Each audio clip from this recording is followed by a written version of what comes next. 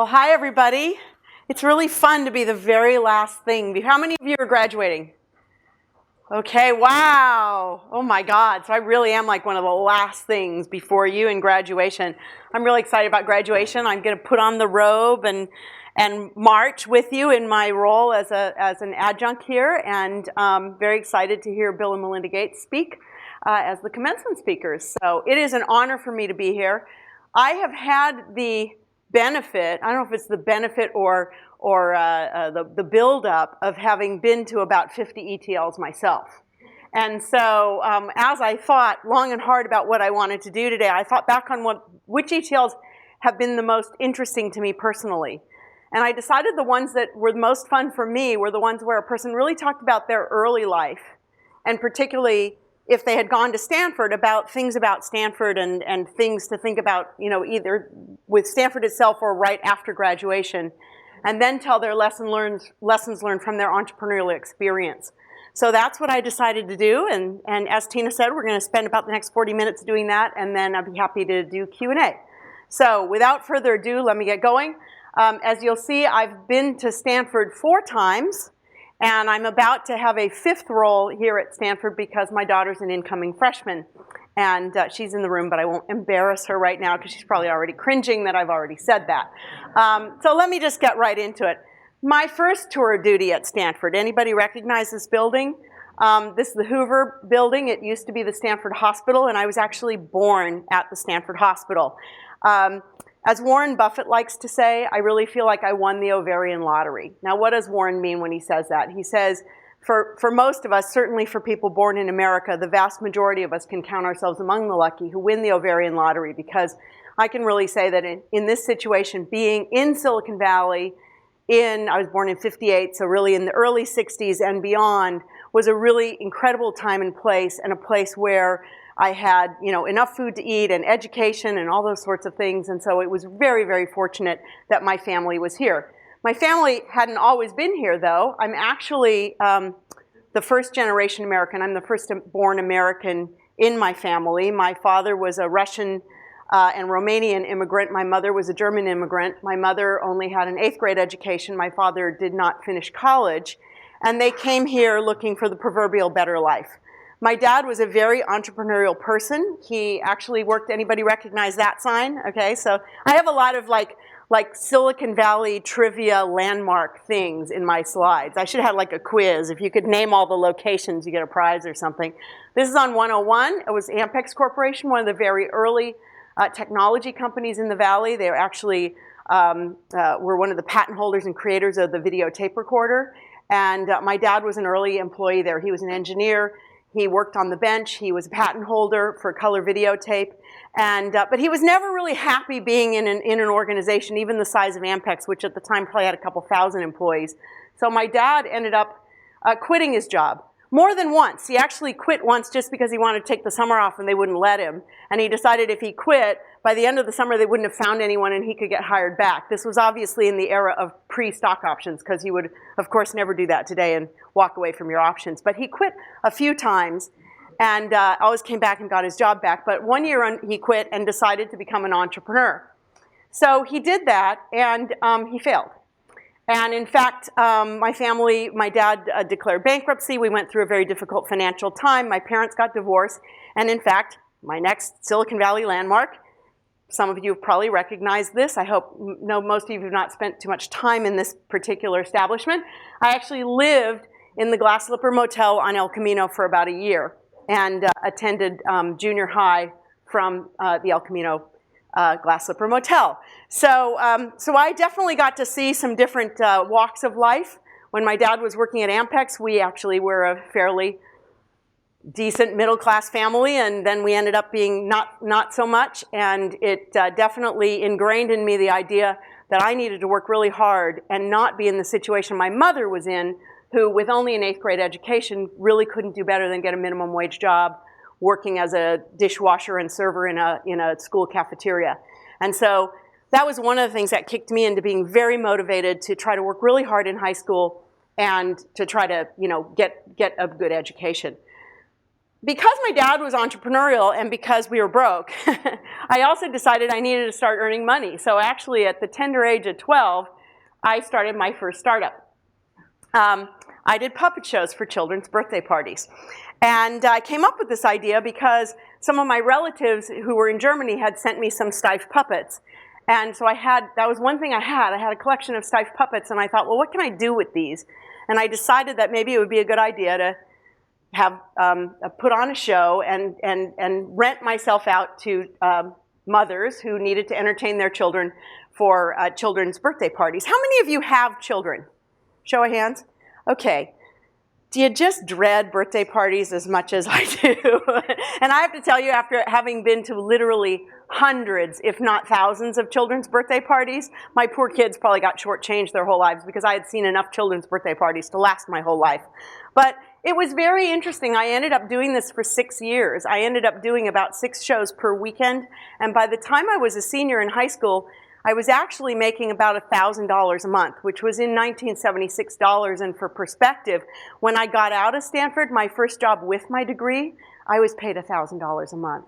So luckily, I don't value my Stanford education by the delta between my income before coming to Stanford and my income upon leaving Stanford, or it wouldn't have been a very good investment. But point being, this really taught me a lot. It taught me a lot about time management. It taught me a lot about the show must go on. I had to do the marketing. I had to collect the bills. I had to update the show. I had to do all sorts of things. And as a one-woman operation, you had no one to depend on but yourself. And so I really learned a lot about the importance of showing up and being there and holding true to your commitments. So then I ended up back here at Stanford. I guess they liked the idea of having a puppeteer, and they let me in undergrad. And one of the things I learned, and again, for those of you still here, I'll give you a little tip, because now as a person who interviews a lot of candidates and reads a lot of resumes, you think you did all the hard work because you got into Stanford. And you know what we look at on your resume? It's the other stuff you do while you're at Stanford that ends up being important. Now, that's not to say class isn't important. Keep going, stay in school, get those degrees, that's great. But the reality is, I, like most people, I decided to pursue my passion. My passion was English with a specialty in creative writing. This was not a passion based on any kind of idea about what kind of income I wanted to have once I graduated from Stanford. And one of the things I discovered upon graduating was, first of all, I wasn't really all that great of a writer. And second of all, there were just not a lot of ads in the newspaper that said, we absolutely need a creative writing major, can you start tomorrow? So I actually had a little bit of a difficult time getting a job right out of Stanford, which I know that comes and goes here with the economy, sometimes good, sometimes not so good, but particularly for those of you who are humanities majors. I won't ask you to raise your hands, but I hope there are some humanities majors in the room here. I'm hoping that I'm going to convince you that actually being a humanities major is not such a bad thing, because I ended up with my English degree. One of the things I did as extracurricular, I got very involved in the Stanford Daily. And I did some writing, I was the production manager, I did some photography, and as a result of that, the first job I got, when I went out and looked for a job, they didn't want to hire me necessarily as an English major, but there were all these brand new nascent computer companies, one of which was Tandem Computers. They were very big on company culture. They wanted to have somebody come in and run an internal newspaper for the company. And that's what I was hired to do. And largely, I was hired to do that not only because I had a degree in English from Stanford, but because I worked at the Stanford Daily. So I was hired by Tandem Computers, proving that, yes, English majors can work in tech. And I went to Tandem, and I wrote this newsletter. And at first, it was really exciting and interesting, and I was learning a lot about computers. I was learning a lot about people. I was traveling to 2 field offices per month. I had great access to the CEO, Jimmy Trybig, and all the other folks there. They were really, I mean, Tandem was one of the real high-flyer companies in its day. But what I realized is after about a year, I got really tired of writing about what other people were doing. And I felt like if I, dropped off the face of the earth the next day, nobody would care, really. I mean, someone else might write the paper, but I wasn't really doing the stuff that was on the front lines of the company. I wanted to be that person. I wanted the victories to be mine. I wanted to have those challenges. And I felt like in this role, I was never going to get that. I looked around, and everybody else at Tandem, who was getting ahead, they either had an engineering degree or they had an MBA. I decided that it was a little late for me to go back and get an engineering degree. And oh, by the way, it'd be a little expensive. But I decided that MBA thing looked like a really interesting thing to do. So once again, I found myself at Stanford. I applied, and they let me in. And I'm sure some days they wondered why they did. Some days I wondered why they did. But I went off to business school. And while I was at business school, and again, I have to set the timing for you guys, because it's hard for even me to think about how different it was then versus now. When I was a business school student, there were only 3 of us who had our own personal computers. And I had a printer, which made me super popular for study groups. Because the only other way you could actually use a computer and a printer was go down the shared facilities in the basement and wait hours and all that kind of stuff. So I had a North Star CPM computer and a printer because concurrently with being in business school, I also had the good fortune to have a brilliant programmer brother. Now, he went to Cal, which is a little unfortunate, but maybe that's a good thing. He was off at the World Bank, and he was working on these things for the World Bank where over and over again they were asking him to do the same thing over and over again, to take formulas, create formulas, put in the various numbers from the various countries that were being researched, and crank out these tables and spreadsheets. And my brother, who will describe himself as being an inherently lazy person, and if you could do something once and be done, why do it 5 times, decided if he could abstract the data from the formula from the program, that he could build this thing called a spreadsheet. And again, hard to imagine, this was back, pre-VisiCalc. He could build something that would basically do his work over and over again, and he would never have to really write code anymore. He would just have to create data and formula for spreadsheets.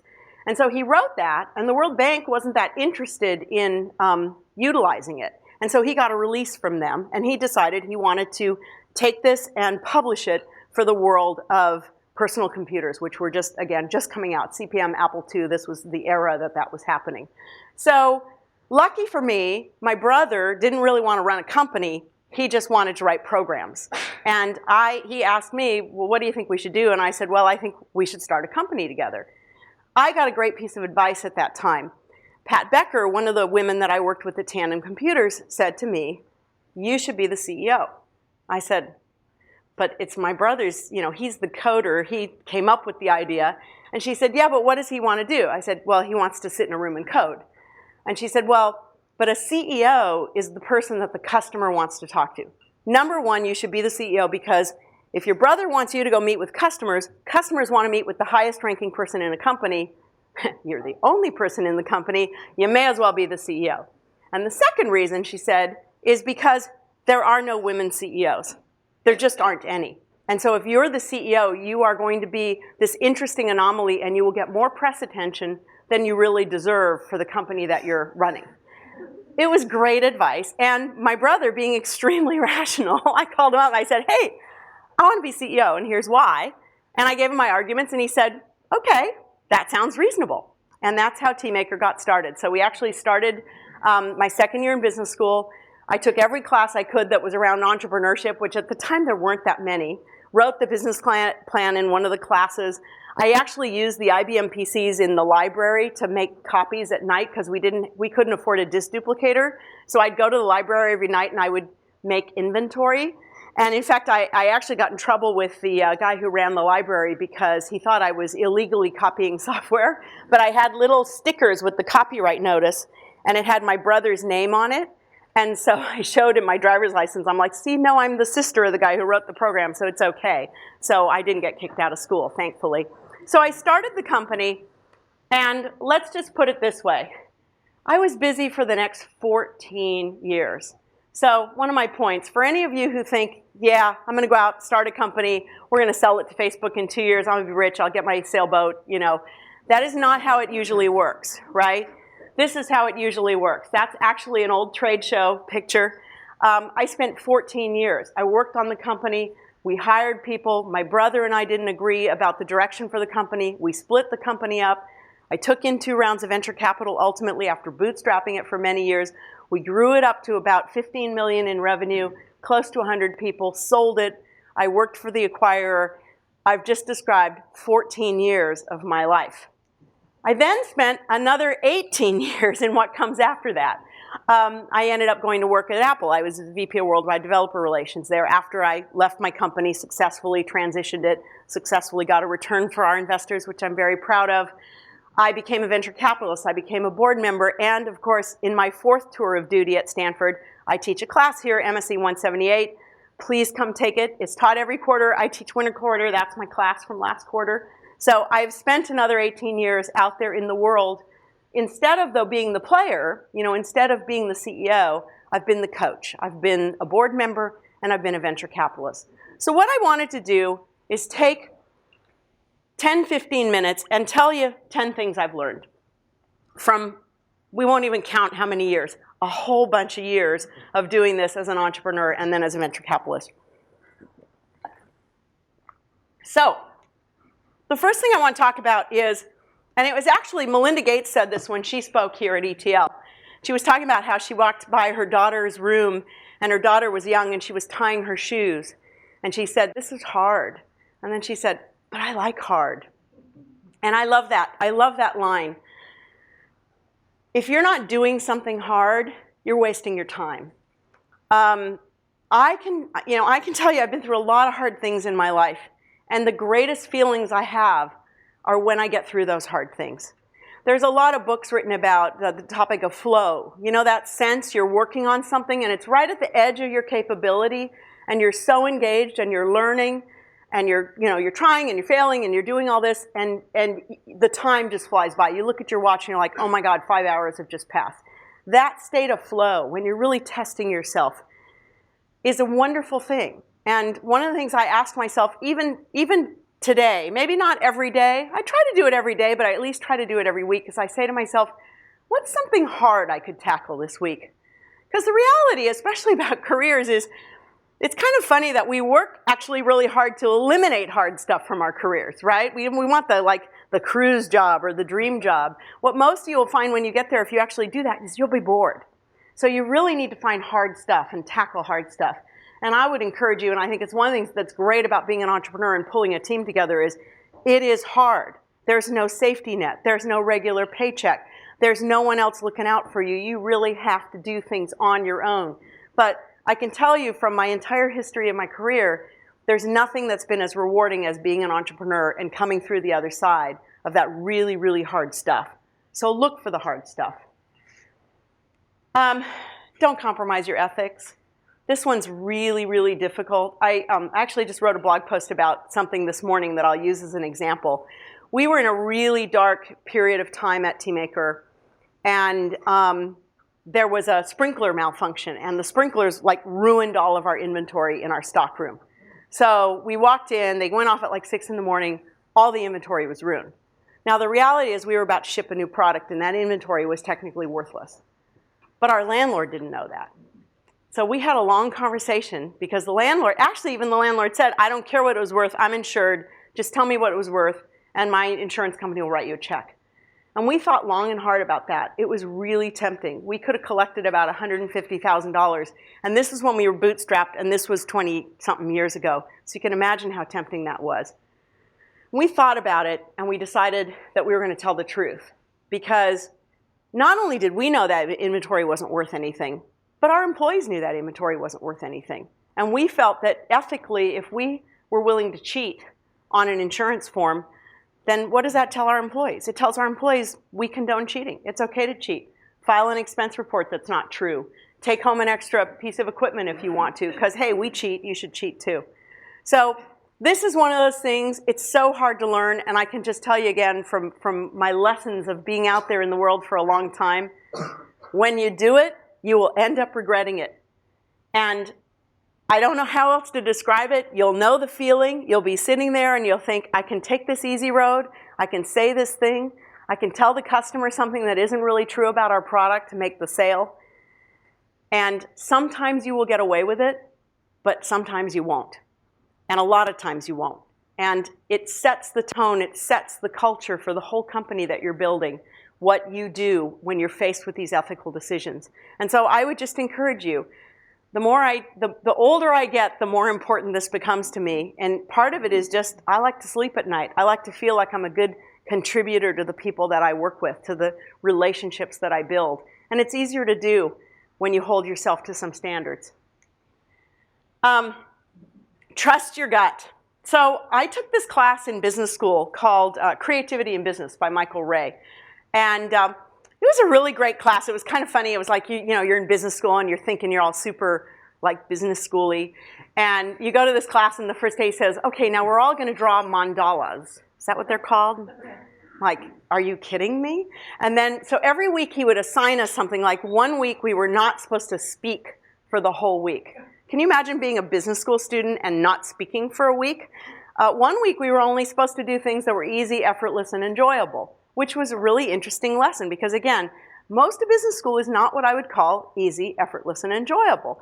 But what you discovered when you were given that task is sometimes if you just reordered the way you did things, they felt good at different periods of time.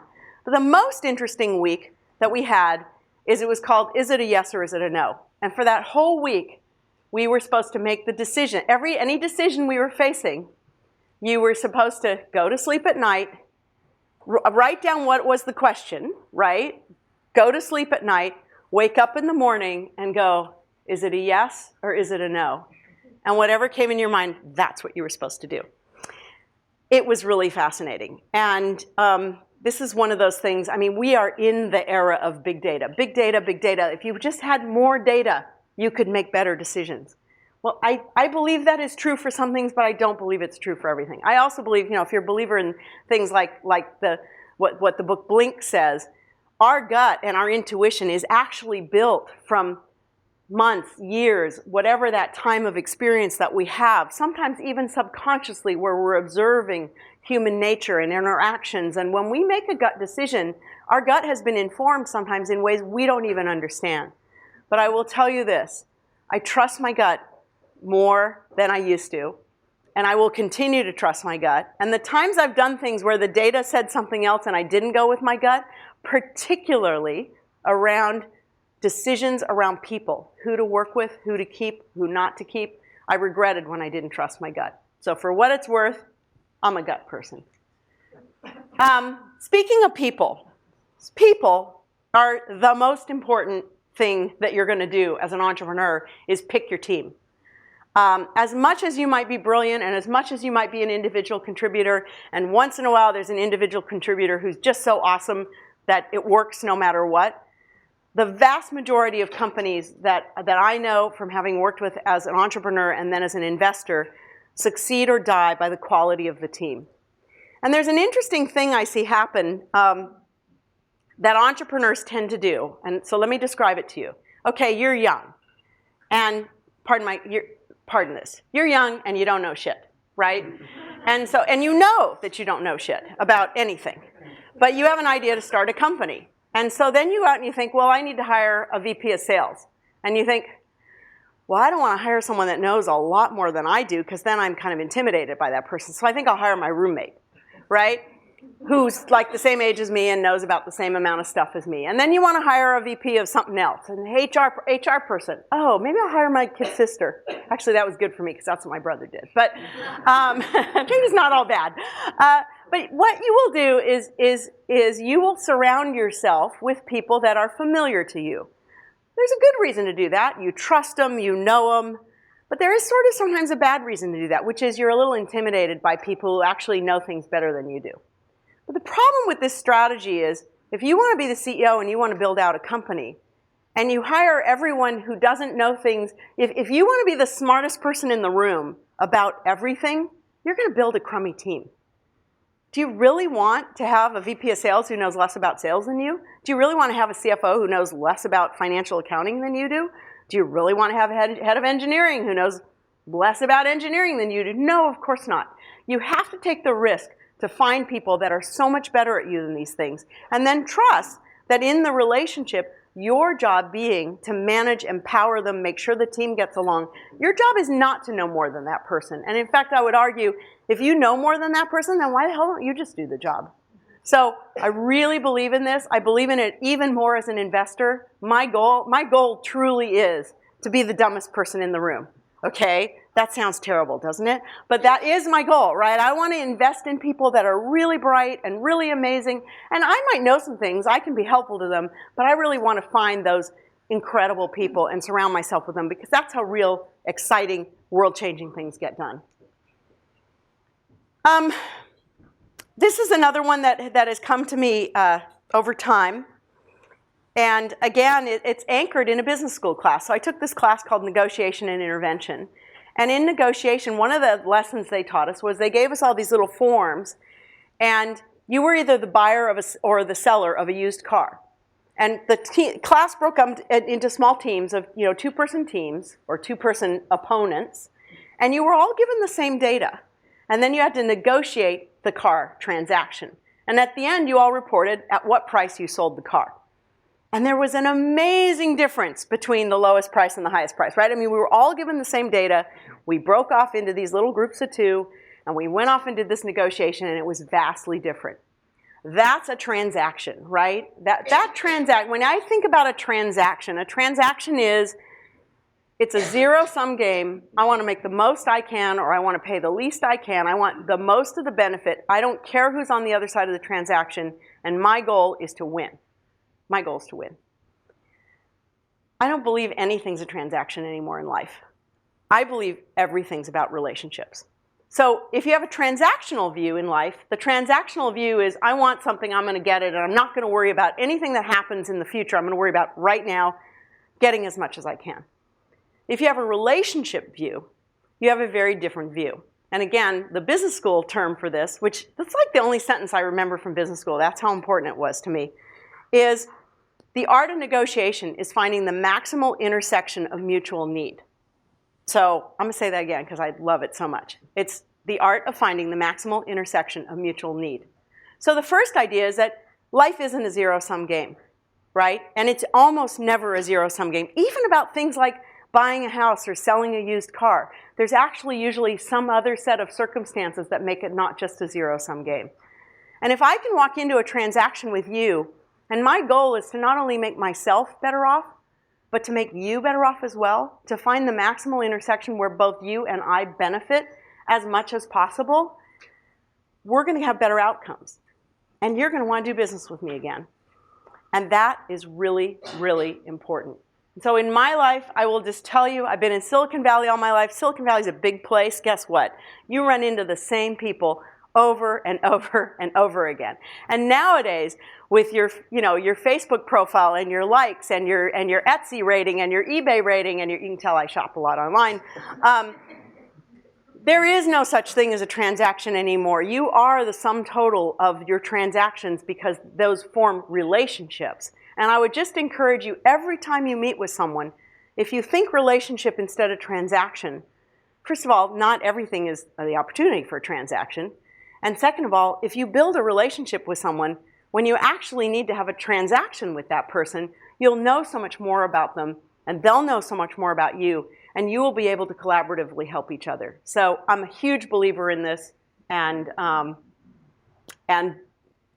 trust me, you will all run into each other again. I can almost guarantee it. That's just the way the world works. So the way the world does not work is like this. And this is particularly true for how many of you are undergrads? Undergrads? Okay, a lot of undergrads. So here's the thing about your life until now as an undergrad. And I know I'm over-typifying, and it's not to say that some of you haven't faced some horrible things in your life. But for the most part, you were in school. And in school, there were rules and there were grades, and you understood the rules. And if you worked hard and you did this, you could get the grade. And if you got the grade and you did the right things, you could get in. Well, Stanford, even if you did all that, maybe you don't get into Stanford. But you guys obviously all got into Stanford. So whatever it was you did, you got into Stanford. And then you get here, and it's sort of still the same, right? You kind of know what you need to do to get great grades. Now you're going to go out in the world, and life doesn't work like this. You can't get on the escalator and know where the escalator is and know how to get it. Life actually is really, really random. Bad things will happen to you. You will fail. Things outside your control will happen. And so it's going to happen. So let me give you a few ideas for how I think you should lean in to the fact that life doesn't work like that. First of all, expect that life is going to be messy, right? And you know, you laugh about this, you know, the key to happiness is to lower your expectations. But it's really kind of true. Like, let me just give you a really trivial example. I travel internationally a lot because I'm on the board of a company based in London, so I take that flight, you know, 6 times a year, 12 times a year. When I travel internationally, I assume if I check baggage, it'll get lost. The flight will be late. My car won't arrive when I get there. I assume everything wrong with the flight will happen. And therefore, when it actually happens, I'm not stressed, right? I've put the change of clothes, actually I just always have a carry-on. I've learned to pack very light because I'd rather just have my stuff with me. I don't schedule a meeting for 2 hours after I land because if the flight's 2 hours late, it screws up the whole thing. I expect mess. And when I expect mess and it doesn't happen, I'm pleasantly surprised. So one of the things I would say about life, and especially when you've had some bad things happen to you, is 95% of your stress is self-inflicted because you will do things like you will build expectations around future events that are unrealistic. I had an entrepreneur once, and well, I've had a lot of entrepreneurs like this, but one in particular, he would always build his plan such that everything had to go perfectly, right? And I would just say to him, nothing ever all goes perfectly, right? And every year it wouldn't go perfectly, and then he'd submit his plan for the next year. I'm like, yep, once again, everything's not going to go perfectly. And if you assume everything's going to go perfectly and it doesn't, bad things will happen to you, like you'll run out of money when you haven't reached the next milestones that allow you to get funding. So don't let that happen to you. Expect that life is going to be messy. And when life is messy, you need to get up again. And I know this sounds like a Hallmark card, and I'm sorry it does, but it's the truth. It's not how many times you fall down, it's how many times you get back up. And it is one of those simple things, but it's a simple law. If you fall down and stay down, you will be down for the rest of your life. And it's one of the things that I think is so great about ETL. There have been so many speakers who've gotten up here and said, you know, I got fired, my child died, my spouse left me, my company went out of business. They tell you these terrible things, and then they figure out a way to pick up and move on. And that, to me, has been very, very motivating, because when I go through those terrible things, and I've gone through some of those terrible things, you realize that other people have made it through and that you're going to make it through too. And so I just would encourage you, when you go through those moments, remember this, go back and look at ETL speeches. You can go find all those terrible things that other people have been through, and it'll make you feel better because you'll know that you can get back up again. The other thing is that in that random stuff, good things happen. And not all random is bad. This is another thing. I'm sorry to single out Stanford and Stanford students, but Stanford students really want to get everything right all the time, right? One of the things that just drives me crazy about my students is they'll have like 3, okay, I'm not going to pick on anyone in the room, but let's just say there are people that are currently sitting on 3 job offers for a friggin' internship for the summer, and they're worrying about which one to take. Which one will be the best on my resume? Which one will afford me the best opportunity? Which whatever. I'm like, oh, for God's sakes, pick any one of them. They're all fine. There's no difference. It doesn't matter. And in fact, if you pick one that's bad and it goes out of business and you get fired, that might be the greatest thing that ever happens to you, right? Because you will learn something really amazing that you may not learn sitting in a really safe job in a really big company. So this is just one of those things. If you read, I went through divorce, so I read a lot of books about divorce and happiness and all that kind of stuff. I went through my midlife crisis. And one of the things that one of the books on happiness said, if you ask people, like, in the last 5 years, what's the worst thing that's happened to you? And in the last 5 years, what's the best thing that's happened to you? For many people, they are the same thing. And they are things like losing a spouse, getting cancer, getting fired, having my company go out of business. It is shocking when you actually go ask real people what has moved their life in the most positive direction, that it often is those things. So sometimes bad things can be good. And oh, by the way, something's really good happen to you when you allow randomness into your life.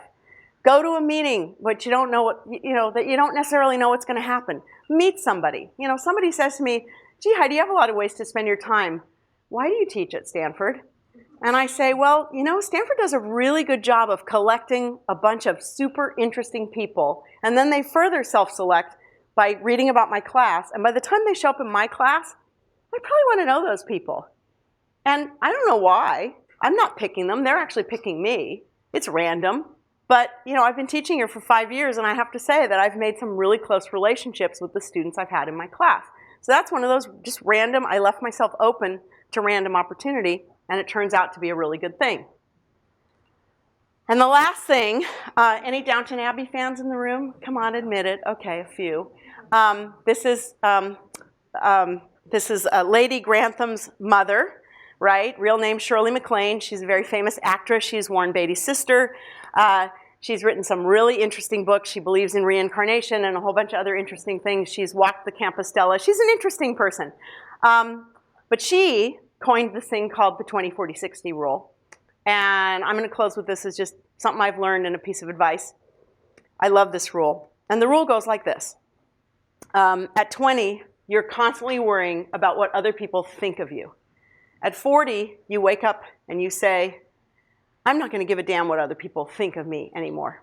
And at 60, you come to realize that no one's actually thinking of you. Now, I love this. And you know, if there's one thing I want you to remember today, I want you to remember this 20-40-60 rule. Because here's why. Because nobody is actually thinking about you. And I want that to empower you. Because there's good news and there's bad news in this, right? The bad news is nobody's thinking about you. Nobody's waking up every day going, I wonder if Heidi Roizen is fulfilled in her job today. I wonder if she's making enough money. I wonder if she's happy in her relationships. No one is doing that, probably not even your parents. Maybe a little bit your parents, especially if they're still paying for you. But for the most part, nobody's thinking about you. Your boss is not thinking about you. Your peers are not thinking about you. You need to think about you. You need to be your own advocate. If you're in a job you don't like, you need to think about changing it. You cannot sit in your office and wait for someone to come and bring you an answer. If you are in something, you need to empower yourself to go do something else because no one else is going to do it for you. But let me tell you the flip side of that. Nobody's really thinking about you. We all torture ourselves thinking about what other people must think of us. I'll give you an example. As I say, I travel a lot. I used to travel a lot for business. I'd inevitably get somewhere, and I'd have the wrong pair of shoes for the outfit. Or one time I actually had one blue shoe and one brown shoe because I'd bought two pairs of the same but different colors, and in the dark I'd put them in my suitcase. They were two different shoes. My jacket would be wrinkled all the time, right? I'd pull myself together, and I'd kind of look a little scruffy. And I would be so worried about that. I'd be worried, what are people going to think of me that I didn't pull myself together or whatever? And then I thought to myself one day, it occurred to me, I thought, have I ever been in a meeting with someone and halfway through the meeting I thought, well, even though this person's really smart, they have a wrinkle in their jacket, so they must not be very good, right? No, you never think that way, right? You never think about this stuff. And the other thing we do, and again, not singling out the women, but a little bit, we women worry about this even more. Oh God, what did I say in that meeting? Oh God, did I raise my hand and say something that might have been dumb? Or did I make a faux pas? Or, oh my God, I introduced that person and I used their wrong name, right? I can torture myself for weeks over a mistake like that. I used to torture myself for weeks over mistakes like that. And I finally learned, you know what? Nobody else is thinking about me that much.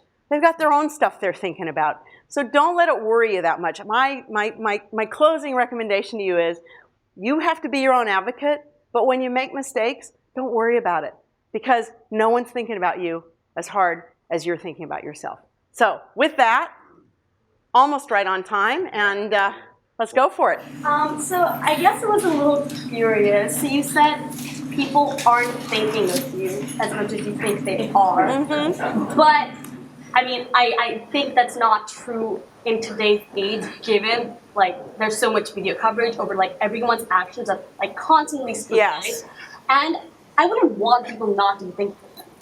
Because that means I'm not adding value or like creating any... So it is sort of a contradictory comment, right? Yeah. People are, I mean, I blog, right? I send out a blog post, I put it on Facebook, I put it on LinkedIn, I tweet about it, and I want people to think about me.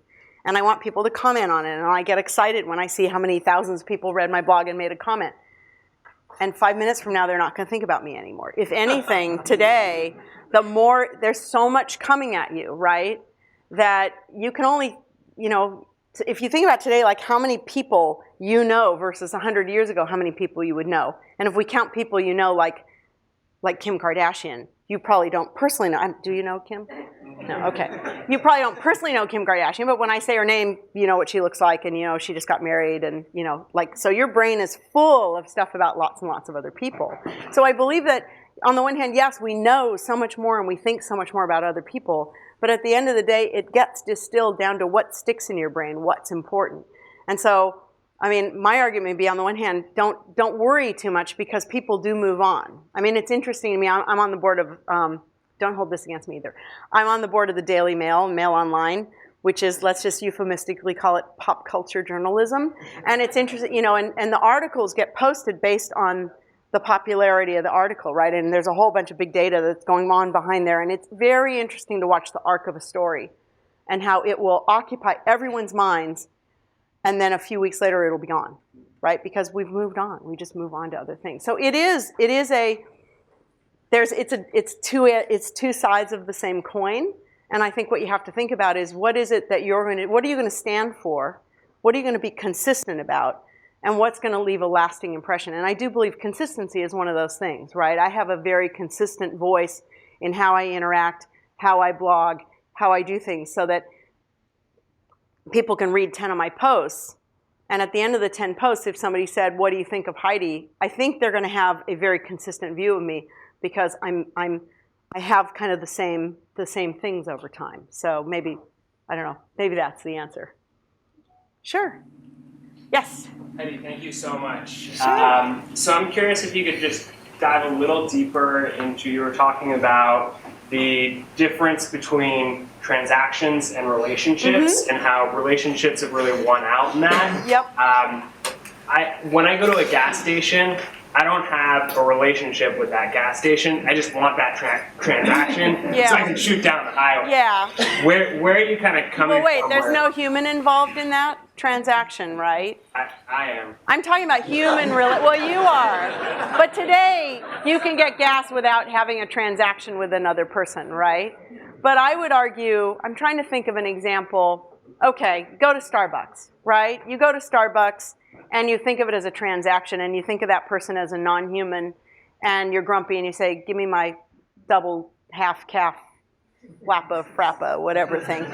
And you do that every day, right? And then one day you walk in and you forgot your wallet.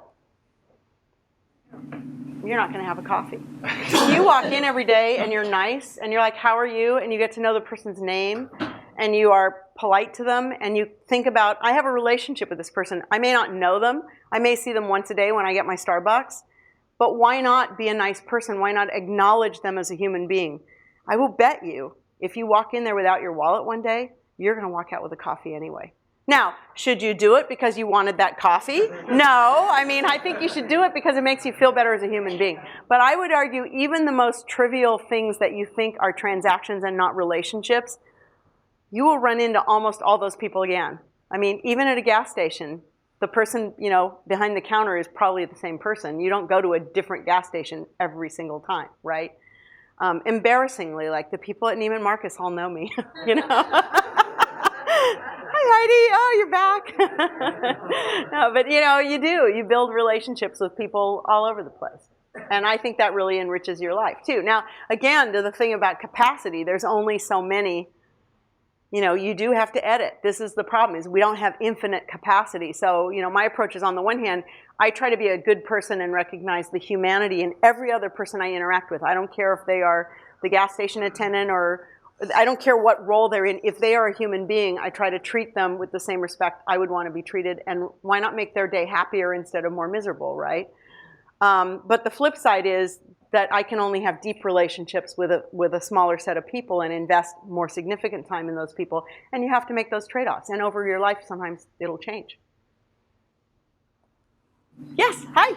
Hi. So I've heard you speak about energy and sort of being an extrovert or an introvert. And one of the things that I was curious about when I'm hearing you talk about, all of these positive interactions and bringing good energy and also being available to your students and to opportunity, I do all of that, but I get my energy from being alone and from like working on my own stuff. So I find it exhausting at a certain point. Yep. And I was curious as to how you manage to balance that, like keeping your energy for yourself while putting out so much positive energy at the same time. That is a great question, and I like to spend long periods of time by myself. I'm very, if you ask my daughter, I read a lot. I'm very quiet. If I've had a really busy week and someone says, "What'd you do this week?" I'm like, "Nothing. I did nothing. I sat in my room and I read a book all weekend." I think one of the things that we forget to do, and I'll close on this because I have 2 minutes left, and it was actually a slide I was going to talk about, and then I took it out because I had too many slides. The most important thing you have in your life is your time, because you can't make more of it. You're going to run out. You can do things to leverage it with money and assistance and all of that, but at the end of the day, time is the thing you can't make any more of. So you have to be really sensitive about how you spend your time. And one of the things people, I think, do is they're like bad at understanding that certain things take time. For example, and I won't ask for a show of hands, but how many people in this room have more than 1,000 emails in your in-basket? Okay, I'm hearing a little bit of chuckles in here. You don't have to identify yourself. You people have a time management problem, okay? Because email is a fact, it's a reality, and you have to learn how to answer it or shut it down, make it go away, but you have to figure that out. Because if you have 1,000 unanswered emails in your in-basket, then you're going to miss something important, right? So the thing that I always tell people is they say, "Oh, I don't know how you do this." I say, well, I plan. I don't schedule more than 5 hours of things in a day, because I need 3 hours to do email and answer calls and read and do the things that actually makes me informed. Well, I don't have time to do that. Well, of course you do. You just have to not do those other things, right? So one of the things I would really encourage people to do is really think about every use of your time and give it all equal weight for starters, and recognize that that grunt work takes time, right? Reading takes time. All these things take time. Figure out what your balance is and figure out what you're going to let in your life, and leave those spaces for you to reflect and get enough sleep and do all those other things.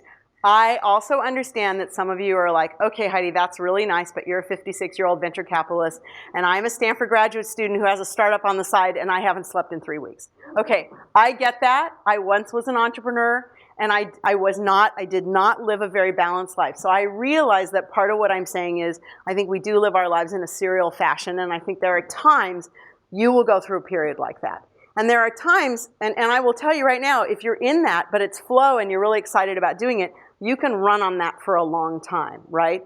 Other things will fall by the wayside, relationships and family and things, and hopefully they'll be there when you need them, because I don't necessarily think that's a good way to run. But I do think that set aside, and even when you're in that situation, if you don't allow yourself some open space, you're not going to have those good random things happen to you as well. So it's a really challenging thing, but I would say the biggest thing is people have a fantasy that there's a whole bunch of stuff that takes no time, including relationships and communication, when I would argue that if you ask people at the end of their lives, if you read all the happiness books, you know what they say about the meaning of life is? It's meaningful work and meaningful relationships. And yet people don't invest time in relationships, and so there's just something fundamentally misaligned there. And with that, I'm out of time. Hope you'll join me in thanking Professor Roizen for joining us. Thank you.